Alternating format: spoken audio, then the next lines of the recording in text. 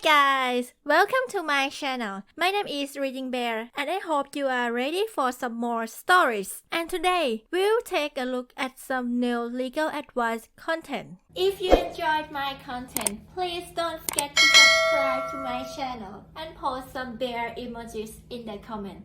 And now, let's dive right into the stories. The first one is titled, I wish I never joined the homeowner association board. Sov Sit in our community has been a problem for a few years, now filing erroneous liens on homeowner association board members' homes and community property. California. Gonna try and keep this as concise as possible. Highly restrictive homeowner association community. This is made plainly clear upon the pending purchase of the house. We require that the prospective buyer have a quick call with one of the 5 homeowner association board members to confirm that they know just how strict our homeowner association is, what the $450 per month homeowner association fee actually goes to, etc. This has been our SOP for almost 20 years. I know this sub has a lot of hate for homeowner associations, but we are fair, totally transparent with all operations, and rarely have issues. Our high homeowner association fee covers a lot of what most homeowner associations have problems with, such as front yard maintenance, painting of all houses, minor exterior repairs, and roofing. Other things like pool maintenance, security, common area upkeep, a basic cable package and high-speed internet are also included in the homeowner association fee. The net result of this homeowner association's work. This is a highly desirable neighborhood to live in. Homes sell in mere days once they hit the market. And as stated above, there is not typically much in the way of issues or violations in the neighborhood. People know well in advance what they are buying into. I hope that is clear at this point. Over the years we have continually had problems with a retired, somewhat well-off older gentleman.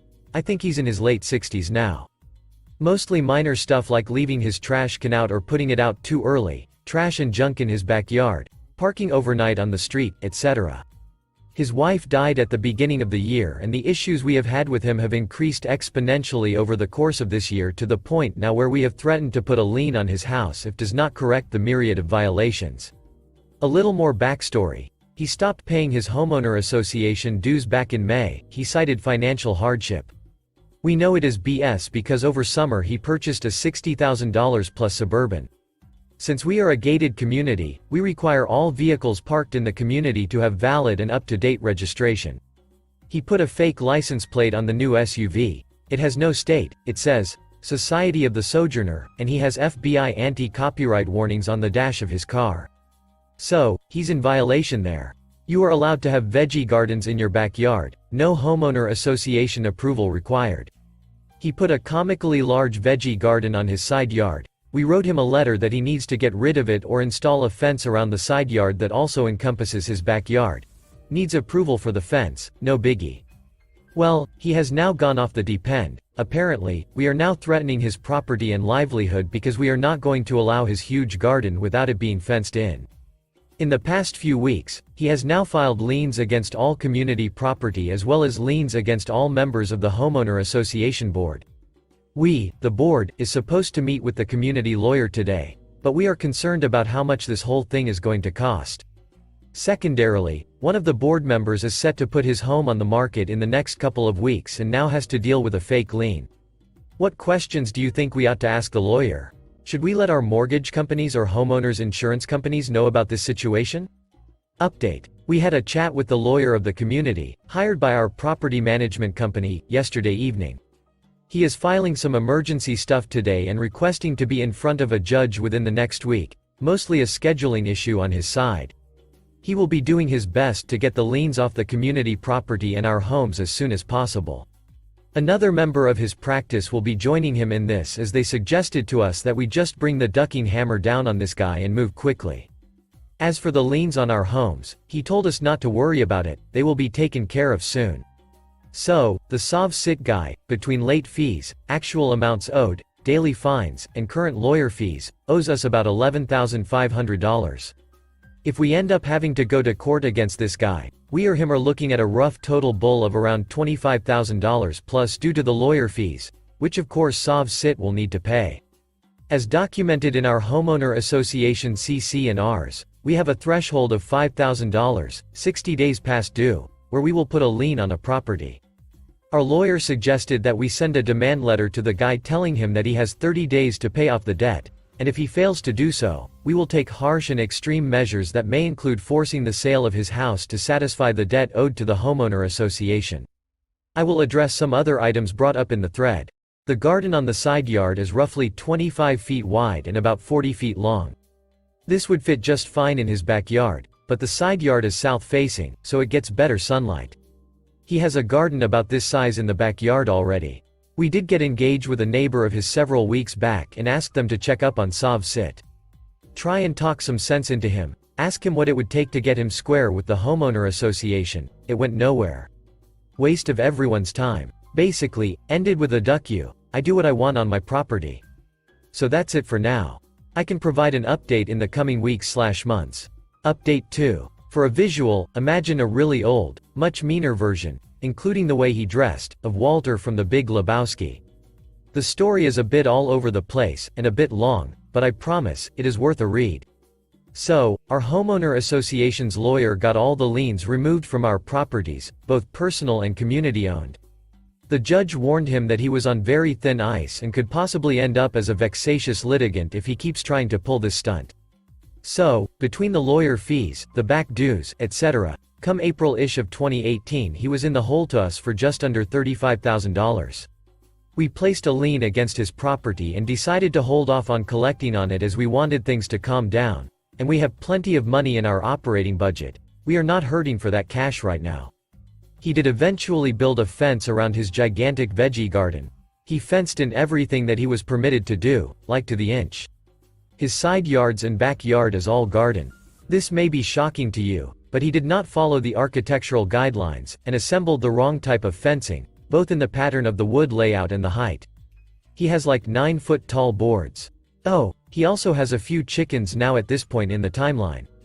We do not allow the raising of livestock, chickens, or rabbits, etc. in our homeowner association. Sigh, whatever. We figured we would let it be, but just send him a letter letting him know that he is in violation of the guidelines.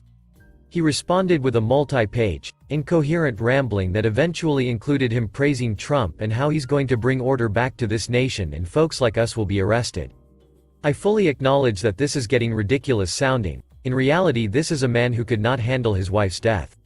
Late summer, some kids were playing with water balloons and hoses in the street, and a few balloons hit his car. Apparently, he came out screaming his head off at the kids, scared the crap out of them, and proceeded to scream at us at the fall homeowner association meeting that we needed to regulate the kids in the neighborhood. We had to shut down the meeting and walk away. He would not shut up. We host the meeting at a local library, and the cop on duty escorted him out. He was told to just leave. Fast forward a few into October, and he now open carries a long rifle as he is doing yard work. Like it was strapped to him.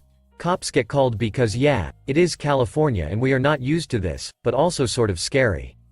Obviously, he ends up getting arrested. He gets bailed out, and a new car is in his driveway. A minivan. It is his adult daughter and her kids. The daughter, along with her kids, knock on the door of a neighbor across the street and ask to speak about her father. Eventually she calls me as the neighbor gave her my number. I give her the rundown of what is happening to her dad ever since mom died. She cried hysterically over the phone and kept saying, "I know he was getting bad, but I had no idea of all his legal problems." I felt so ducking sad for this woman. We're almost done, trying to wrap this up.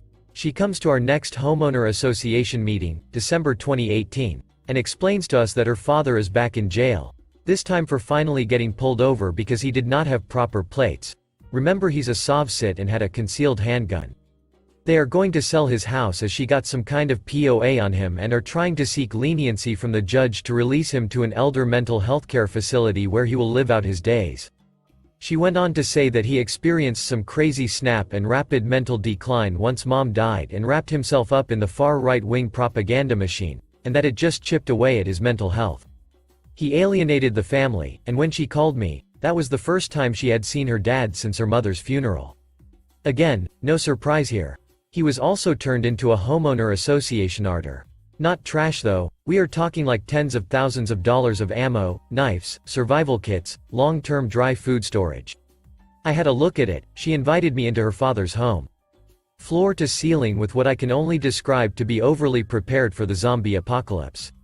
We do not permit garage sales, but in this particular instance the board unanimously agreed to allow her to have a garage sale of everything. One of the neighbors even tore down the fence for free. At this point, according to the lawyer, she thinks that the judge will allow for him to be moved to a proper care facility. The house closed on Friday, and we now have our money back. So, there you go, the saga of the venerable grieving man that became a mentally ill Sov Sit. The next one is titled, Car Dealer Swapped the Car, Found Out the Next Day. California. Last Friday my sister bought a new car in Oakland, California. She test drove an AWD Toyota RAV4. She signed the paperwork and drove off. She noticed the AWD button was not there, they switched it for 2WD. Dealer refuses to take the car back, wants an additional $8,000 for the AWD version. She contacted the 3 lenders that hit her credit and was able to cancel the loans before any were approved. She froze her credit with the 3 bureaus. She is making a police report tomorrow and has Toyota Motors involved, but they are almost zero help. She is trying to get the police to take the car as evidence. I don't think they will. I assume the dealer will try and self-finance the car from here. Anything else she can do here? Looking at small claims court now. Edit. She found out the car was technically not new, but a rollback from when financing fell through. They did not disclose this. Edit 2. She has a text saying, "Let me look into this to see if it's a mistake or spec or if you were actually sold the wrong car, and if so, I'll see what they can do to fix it." Update. The dealership got it financed. A contingency attorney who only sues dealerships has signed onto the case. The car was not disclosed as used. It was sold prior as a spot delivery. The financing fell through with that buyer, and in CA you have to disclose that. Update 2. This didn't get a lot of attention, but I thought I would share because everybody said my sister was out of luck, but she prevailed. She found an attorney to work on contingency who litigates dealerships in the area. After reading the contract she signed, he took the case. Once she told the dealership she retained an attorney, they said, "We'll give you your money back in your old car, but you have to come in and sign today." She said, "No, send me the paperwork that you want me to sign so my attorney can review." They told her to go pound sand. The attorney called them that week and they buckled, returned the deposit and her old car. I guess they didn't disclose that the car had been sold prior as a spot delivery, but the original buyer returned the car when financing fell through. So, if you're scammed by a shady dealership, have an attorney read your paperwork. Her attorney was really nice to her and said he put almost no time into it and didn't charge her or get anything out of it. The next one is titled, Towing Company Towed My Car from My Own Parking Spot, Refuses to Release It Without Paying a Huge Fine. Toronto, Ontario. I own my parking spot in my apartment building, along with owning my unit. However, roughly 80% of the building is owned by a rental company. People who own their units currently pay the rental company a set amount per month for maintenance, etc. We are fine with this and have had zero problems with the rental company. I have a sticker on my car that is different from renters. It clearly indicates which parking spot is my own and is a different color. 2 weeks ago, I went on a cruise with my SO, and left my car properly parked in my spot. When we were in port on September 1st, I got a text message from my neighbor who told me I had a ticket on my car. I contacted our super, who contacted the parking enforcement company and had them cancel the ticket. He told me it was taken care of, wished me a good vacation. It wasn't until the 10th that I got a very delayed message from neighbor who told me my car was either towed or stolen. I contacted our super, who was able to confirm it was towed on the 2nd. Last night I got home and went to the lot where my car was towed to. I brought paperwork indicating I owned the parking spot in which I was parked in. The lady at the front desk didn't care and told me if I wanted my car I needed to pay $1,500 to get it out. I argued and got the management company on the phone, and she basically refused to listen to anything they said, since it could be anyone, and told me if I wasn't going to pay I needed to leave the premises or she would call the police. She called the police. I explained the situation and was told it was a civil matter, and the police officer told me I had to leave the premise. I don't have $1,500 to pay the fines at all. What can I do? Update. So, I got the full story from my understanding of what happened, and basically it seems like the towing company screwed up and towed the wrong car. My parking spot is right next to the 2 visitor parking lots, which are a 2-hour max. Apparently the car parked in visitors parking was supposed to be towed on the 2nd. According to the towing company, the parking enforcement people signed off on my car to be towed. Now the problem is that parking enforcement shows the only car they authorized to tow that night was a car with not my license plate, however the same make and model, Honda Civic, parked in visitors. On top of this they have written paperwork showing the above. I was able to get my car back from the impound lot, and I will be eating ramen for the next while.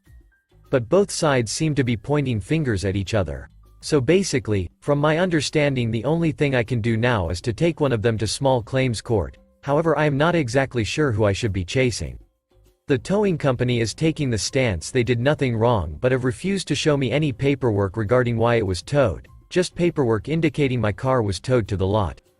While the parking enforcement people are taking the stance that the towing company made the mistake and towed the wrong car. The last one is titled, "Not at Fault Car Crash. Am I entitled to pay for the insurance on the rental car they're providing?" I am in Bay Area, California. On Tuesday the 30th of October, a man hit my car and two others with his car on the freeway after spinning out. His insurance claimed responsibility for all. Tuesday of this week I called and said they needed to do something about my car because no one had still looked at it, no estimates done, it was just sitting outside my house. That day they gave me a rental car and had my car looked at, full estimate still not given as of today. I have liability only, which is fine as the accident was out my control and they claimed responsibility. They are now saying they won't pay the $30 a day to have full coverage on my rental, even though I am in this rental because of their client. I am paying it for now because I don't want them to be an issue where I am stuck paying for this $30,000 rental car that I'm using for 2 to 3 weeks because of all of this. They say they can't send me a release of liability as it has client info and they'll be breaking HIPAA, so I said so send it to the rental place, and she again declined and said it's not their responsibility to provide full coverage on a rental, nor do they pay for gas, which is fine. I am just wondering if I am really stuck paying upwards of $200+ after all the time I'll be stuck with this rental due to their client's mistakes. It doesn't seem fair or legal that I am held liable for the rental insurance since I wouldn't even be in it if it wasn't for them. I am 21 if that matters at all regarding the rental. Update. My original post didn't receive much traction and I was pretty discouraged from the few replies I got saying I was pretty much sold on them covering the insurance on the rental. As a background, my car was 13 years old, 200k miles and completely paid off. I received $4K if that helps with how much it was worth. Regardless, I only had liability insurance as the car was a piece of crap, and when I received my rental, a 2018 Nissan Rogue, I was freaking out because if something happened to it, and it was my fault, I'd be liable for a $30K car. His insurance was adamant they shouldn't be required to pay, and I was adamant they did, as I felt I shouldn't have to either A, pay $40 a day for full coverage through the rental company, or B, change my policy for the 2 weeks I had the car. After excessively explaining my old car wasn't a viable option for full coverage financially, and I pointed out a few times how I should not now be holding an extra financial burden because their client totaled my car, they said okay. I know it may not seem like a huge win, or even a big deal, but to me, a 21-year-old girl who now had to buy a car, $560 was crazy. $40 a day for 2 weeks adds up, and although I was originally discouraged, I'm happy to say I now have a new, used car. And the hold of roughly $500 on my card is gone. Thanks for listening.